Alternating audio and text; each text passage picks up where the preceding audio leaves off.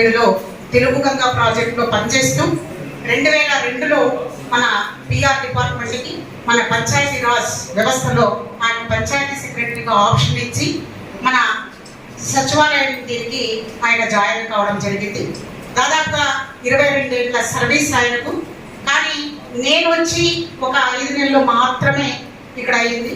ఒక election purpose పైన నేను ఇక్కడ ఎంపీడీఓగా రావడం మీ అందరికీ తెలిసిందే.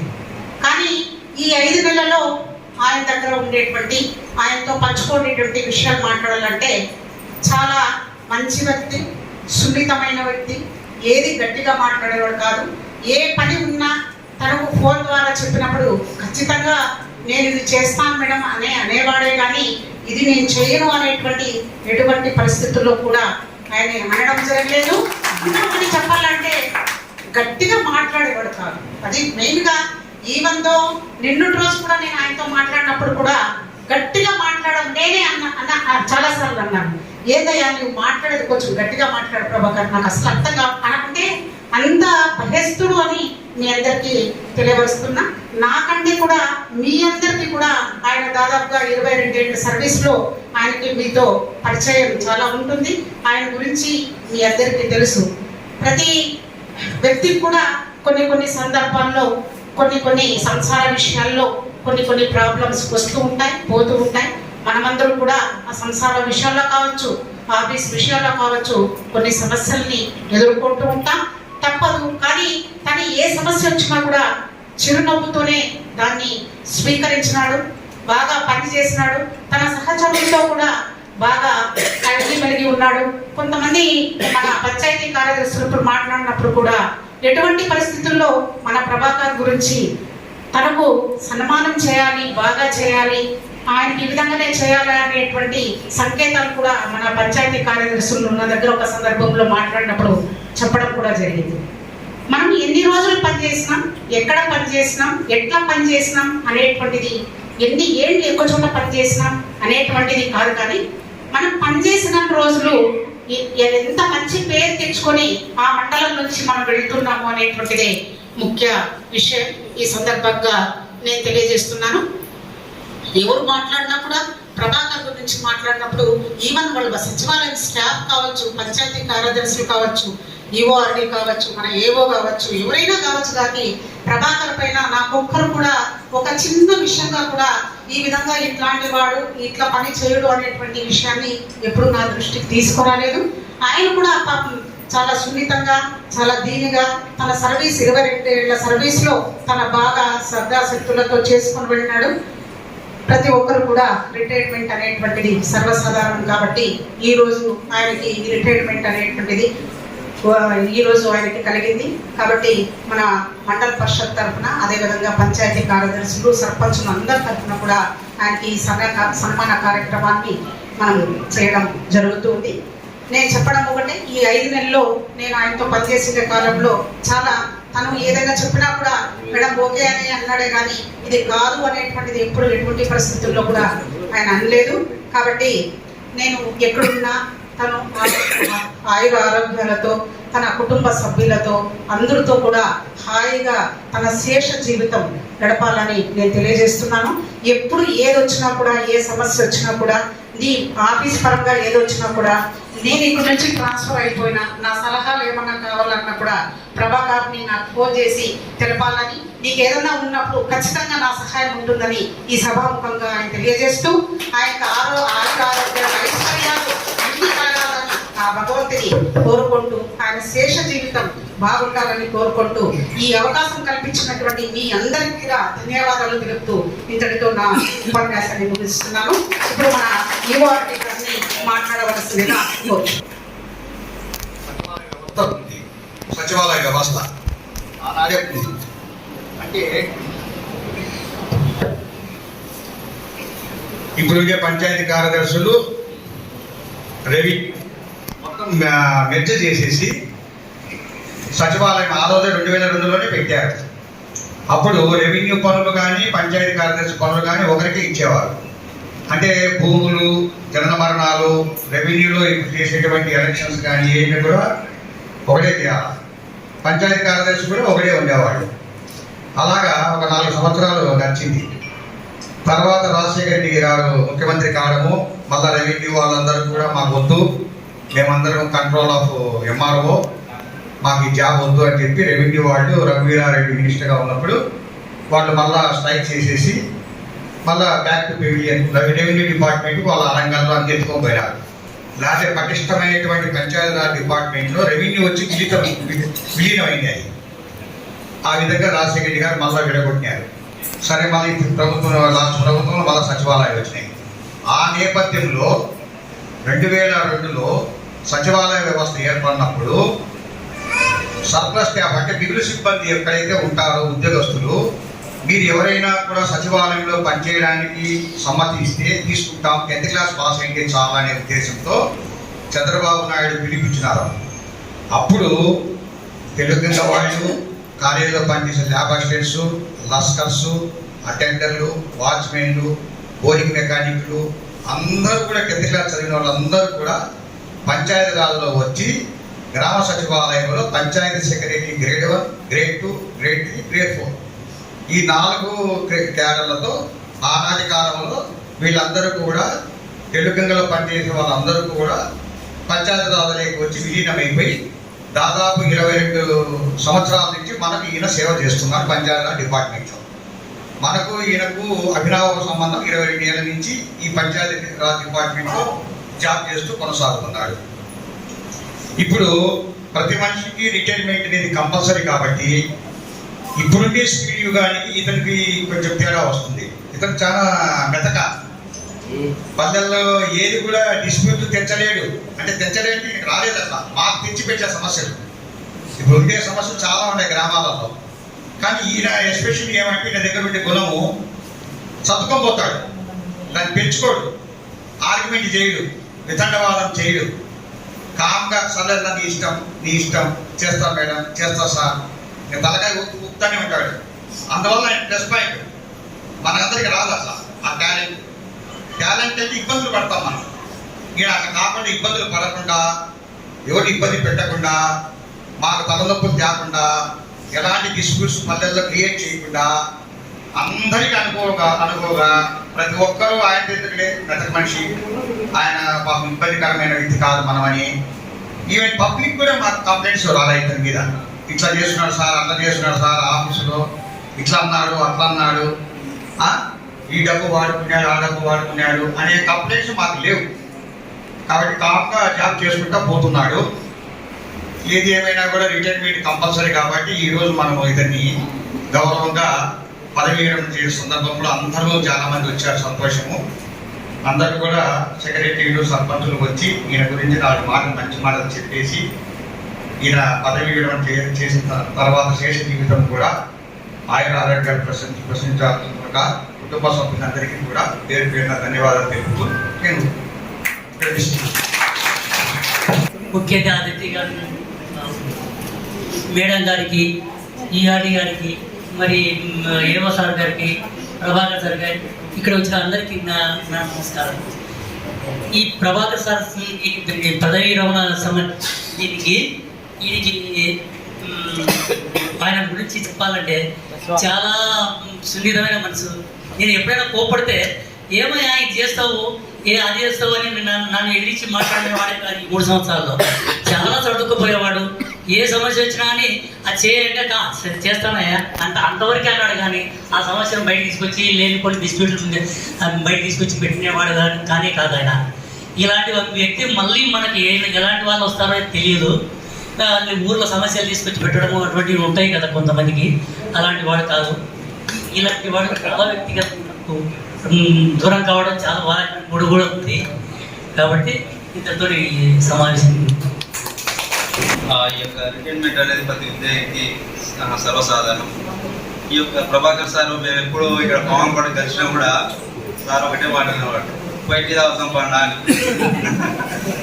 సార్తో మాకు చాలా ఈ యొక్క 3 years నుంచి బాగా అనుబంధం ఉంది సార్. ఆ యొక్క సార్ యొక్క రిటైర్మెంట్ అయిన తర్వాత ఆయన యొక్క జీవితం కూడా బాగుండాలని, ఆరోగ్యాలతో ఆయన 100 ఏళ్ళు జీవించాలని కోరుకుంటూ ఈ అవకాశం ఇచ్చినటువంటి అందరికీ ధన్యవాదాలు తెలుసుకుంటూ సెలవు. రండి, ఇంకా ఎవరు రాజశేఖర్ సర్పంచ్ కొడుకు సర్పంచ్ కొడుకు నర్సకరా ఇది కలిసి పనిచేసినారు కదా దాదాపుగా ఎన్నేళ్ళు ఇక్కడ 3 ఏళ్ళు మరి మీ అనుబంధం నాకు అందరికీ నమస్కారాలు. వేదిక ఉన్న పెద్దలందరికీ నమస్కారాలు. నాకు సార్ కొంచెం పోతుంటే బాగా అనిపిస్తుంది. సార్ కొంచెం బంధు మామయ్య కాదు మా వర్షకు ఇద్దరం తిట్టుకుంటాం చేసుకుంటాం. మధ్యలో అయితే సార్ అంటాం, బయట అయితే మామ అంటాం. నెక్స్ట్ అదే సార్ పోతుంటే కొంచెం బాగానే ఉంది. కానీ మా బంధువు వాటిని మేము పంపించాల్సిందే, సన్మానం చేస్తాం. ఇద్దరికి మా అక్కడికి ఇద్దరు చేస్తాం. కొందరు ఇద్దరు కార్యక్రమం చేస్తాం. రోజు 10 టీలు ఆపుతాం ఇద్దరం కలిసి. నేను సార్ కలిసి 10 టీలు ఆపుతాం. నాకు బాగానే చేసినాను, నాకు అది సంతోషంగా ఉంది. సరే కొంచెం బాధ అనిపిస్తుంది, పోతాను నేను. సరే కోరుకుంటాను. అందరికీ నాకు నమస్కారం. మా సారు పెద్ద సార్ అంటే నమస్తే సార్ అంటే పెద్ద సార్ అంటే బాగా సంతోషపడుతుండే. మా సార్ ఇప్పుడు కలుస్తాడేమో కానీ కలిసి బాగా అనేకంగా ఉంటాడు. మంచి ఈ మంచితనానికి ఒప్పుకుంటా. Okay, thanks. ఈరోజు సన్మాన కార్యక్రమానికి ప్రముఖులు ఎంతోమంది వచ్చిన అందరికీ మరొకసారి నమస్కారాలు తెలియజేసుకుంటూ, సార్ గురించి మా పామలపల్లిలో దాదాపు 4 ఏళ్ళు పనిచేసినట్లే. కాబట్టి మేము ఎన్నో ఇష్యూస్ తీసుకుపోయి ఆ రోజు బాగాలేదు ఈ రోజు బాగాలేదంటే దాన్ని చేస్తామంటే దానికి దేవుడి ఆశీస్సులు అందించాలని మా భగవంతుని ప్రార్థించడం జరుగుతుంది. ఈ రోజు రిటైర్మెంట్ అయితే అన్నారు, రావాలి రావయ్యా చెప్పనా బాబు ఒక నిమిషం అమ్మా. వచ్చేసినటువంటి బంధుమిత్రులకు, కొలీగ్స్కి, సర్పంచులకి, మా మండల స్థాయి అధికారులకు, మండల స్థాయి సిబ్బందికి అందరికీ కూడా నా నమస్కారాలు. ఈరోజు మా సహ ఉద్యోగి, పంచాయతీ కార్యదర్శి, పంచాయతీరాజ్ వ్యవస్థలో అన్ని ఆటుపోట్లను ఎదుర్కొని అన్ని సమస్యలను తీర్చి, అంటే ప్రజల యొక్క సమస్యలను తీర్చడానికి ఎంతో కష్టపడి ఎన్నో విధాలుగా ఆయన సమస్యలను ఎదుర్కొని ఉంటాడు. ఆ సమస్యలను కొందరికి న్యాయం చేసి ఉంటాడు, కొందరికి న్యాయం చేసి ఉండకపోవచ్చు. సో అందరి తరఫున, ఆయన తరఫున కూడా ఆ విలేజ్లో ఏదైనా కానీ ఎవరికైనా న్యాయం చేయకపోతే ఆయన తరఫున కూడా మేము క్షమించమని కోరుతున్నాము. సో ఈరోజు ఆయన పదవీ విరమణ పొందుతున్నందుకు మాకు చాలా బాధగా ఉంది. ఈరోజు నుంచి ఆయన ఇంటి దగ్గర కూడా ఆయురారోగ్యాలతో క్షేమంగా ఉండాలని దేవుని ఆశీస్సులు కోరుకుంటున్నాను. ఎవరు నాగార్జున సార్ మాట్లాడతారా సార్? రండి సార్, రండి.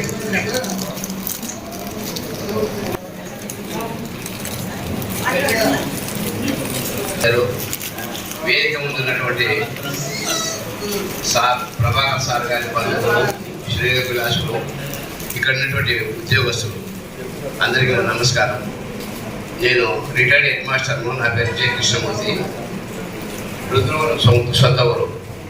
మాకు ఫస్ట్ ప్రభాకర్ సార్ మా ఊరికే పంచాయతీ సెక్రటరీ, తర్వాత పావంపాటి ఇన్ఛార్జి వచ్చినాడు. ప్రభాకర్ సార్ ప్రభాకరుడు లాగానే ఉంటాడు. చాలామందికి తాను కూడా నొప్పించక తిరుగువాడు ధన్యుడు సూచి. పని చేయాలి సార్, ఫలాన్ని చేస్తాం సార్, చేస్తాం. నాకు మంచి మిత్రుడు నిన్ననే అన్నాడు, నిన్న మధ్యాహ్నం అప్పుడు, సార్ నేను ఈరోజు లక్షకపోతున్నా, ఫ్రీ బర్డ్ అవుతున్నా అన్నాడు. తప్పదు సార్, ఫ్రీ బర్డ్ కావడం, రిస్క్ బర్డ్ కావడం అనేది సహజం. రిటైర్మెంట్ అనేది ఎన్ని రోజులు ఉన్నాయి కానీ రిటైర్మెంట్ సర్టెన్ డేట్ అంటే ఉంటుంది. ఆ డేట్ ప్రకారం మనం రిటైర్డ్ కావాల్సిందే.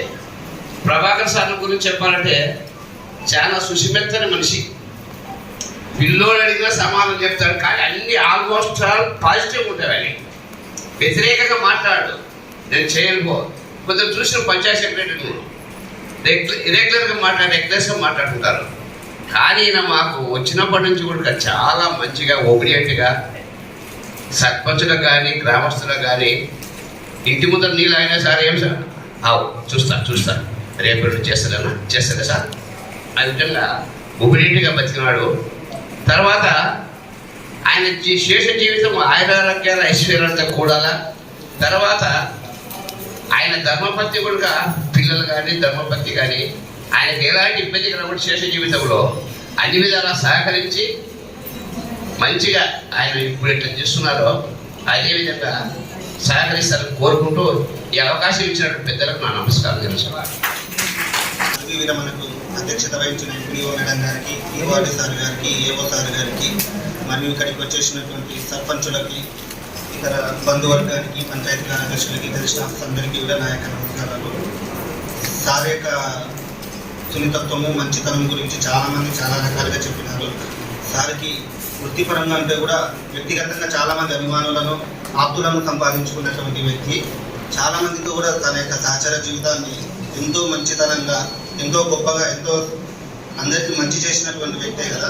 అందులో ముఖ్యంగా నాకు కూడా సార్తో 5 సంవత్సరాల పాటు పనిచేసినటువంటి అనుభవం ఉంది.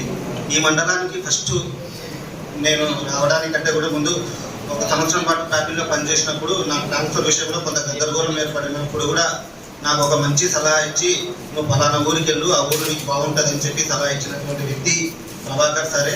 ఆయన యొక్క సలహా ఈ 5 ఏళ్లలో ఏ రోజు కూడా తప్పు కాలేదు. అంతటి మంచి సలహా ఇచ్చినటువంటి వ్యక్తి ప్రభాకర్ సారు. మరియు వృత్తిపరంగా కూడా ఎటువంటి డౌట్లు వచ్చినా కూడా, అంటే ఒక పెద్ద సబ్జెక్టు, మేము చాలా చిన్నవాళ్ళం.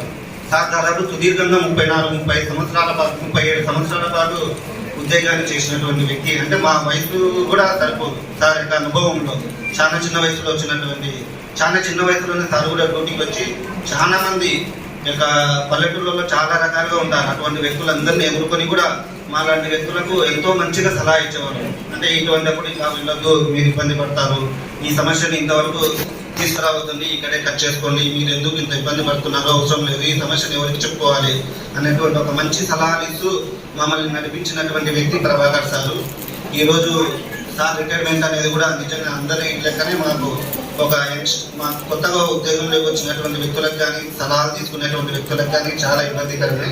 కానీ సార్ రిటైర్ అయినప్పటికీ కూడా సార్ ఇంటికాడ ఏం తోచదేమో, ఎప్పుడు ప్రజల మధ్యనే ఉండేటువంటి వ్యక్తి కాబట్టి నిత్యం ఏదో ఒక సేవలనే ఉంటాడు, 10 మందిలోనే గడుపుతాడని ఆశిస్తూ సార్ కూడా మిగతా శేష జీవితం కూడా చాలా ఆయురారోగ్యాలతో ఉండాలని కోరుకుంటూ నాకు ఈ అవకాశం ఇచ్చినటువంటి పెద్దలకు థ్యాంక్స్.